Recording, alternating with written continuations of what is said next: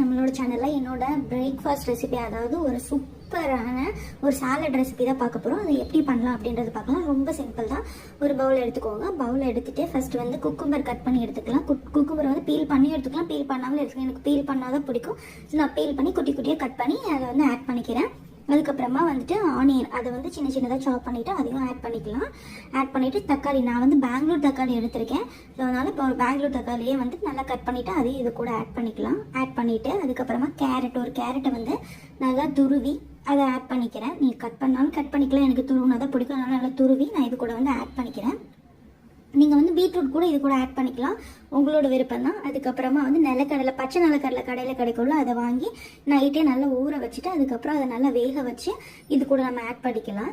Add பண்ணிவிட்டு இது கூட நீங்கள் வந்து கொண்டக்கடலை, பச்சை பயிறு எதுனாலும் ஆட் பண்ணிக்கலாம், உங்களோட விருப்பம் தான்.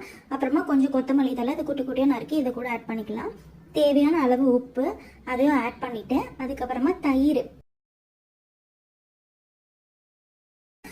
தயிர் கொஞ்சம் கெட்டியாக இருக்கிற மாதிரி தயிரை இது கூட ஆட் பண்ணிவிட்டு அதுக்கப்புறமா பெப்பர் தூள் நம்ம வீட்டில் அரைச்சி வச்சுருப்போம்ல, மிளகும் சீரகமும், அந்த தூளை வந்து இது கூட ஆட் பண்ணிக்கலாம். உங்களுக்கு காரத்துக்கு தகுந்த மாதிரி ஆட் பண்ணிக்கோங்க.